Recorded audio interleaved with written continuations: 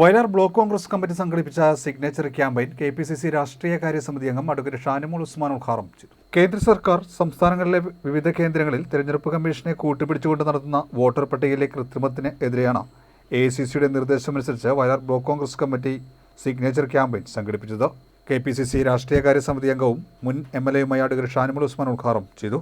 കടകരപ്പള്ളി ടൗണിൽ നടന്ന പൊതുസമ്മേളനത്തിൽ block Congress president TS Raghuvaran അധ്യക്ഷത വഹിച്ചു.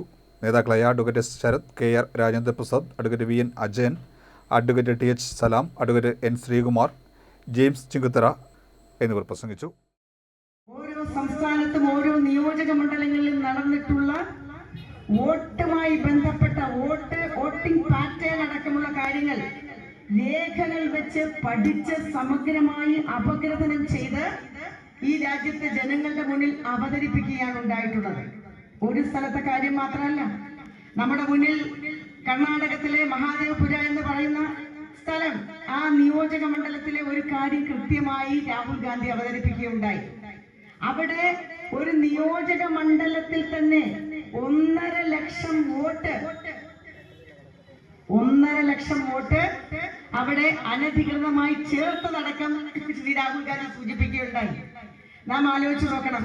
ഇത് നമ്മൾ വളരെ കൃത്യമായി ശ്രദ്ധിക്കണമെന്ന് പറയുന്നത്, ഒരു വോട്ട് ചെയ്യണമെങ്കിൽ, ഒരു വോട്ടർ പട്ടികയിലേക്ക് പേര് ചേർക്കണമെങ്കിൽ, വോട്ടർ പട്ടികയിൽ പേര് ചേർക്കുന്നതിന് ഏതെല്ലാം തരത്തിലുള്ള ഡോക്യുമെന്റ്സ് വേണമെന്ന് നമുക്കെല്ലാം അറിയാം.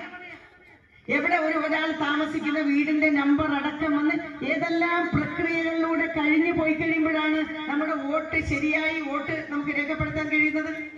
ഇവിടെ ഒരു കുടുംബത്തിൽ, ഒരു വീട്, ഒരു മുറിയുള്ള ഒരു കുടുംബത്തിനകത്ത് 500ഓളം പേര് താമസിക്കുന്നു എന്നുള്ള കള്ള ഡോക്യുമെന്റ് ഉണ്ടാക്കിക്കൊണ്ട് വോട്ട് ചേർത്ത് BJP അധികാരത്തിലേക്ക് കടന്നു വരാൻ കാണിച്ചിട്ടുള്ള കൃത്രിമത്വങ്ങളാണ് രാഹുൽ ഗാന്ധി തുറന്നു പറഞ്ഞിട്ടുള്ളത്. രാഹുൽ ഗാന്ധി സത്യത്തിൽ ഇന്ത്യയിലെ ഒരു നേതാവും ഒരു പക്ഷേ ഇത്രയേറെ കാര്യങ്ങൾ സമഗ്രമായി പഠിച്ചു പറഞ്ഞിട്ടുണ്ടോ എന്ന് ഞാൻ വിശ്വസിക്കുന്നില്ല.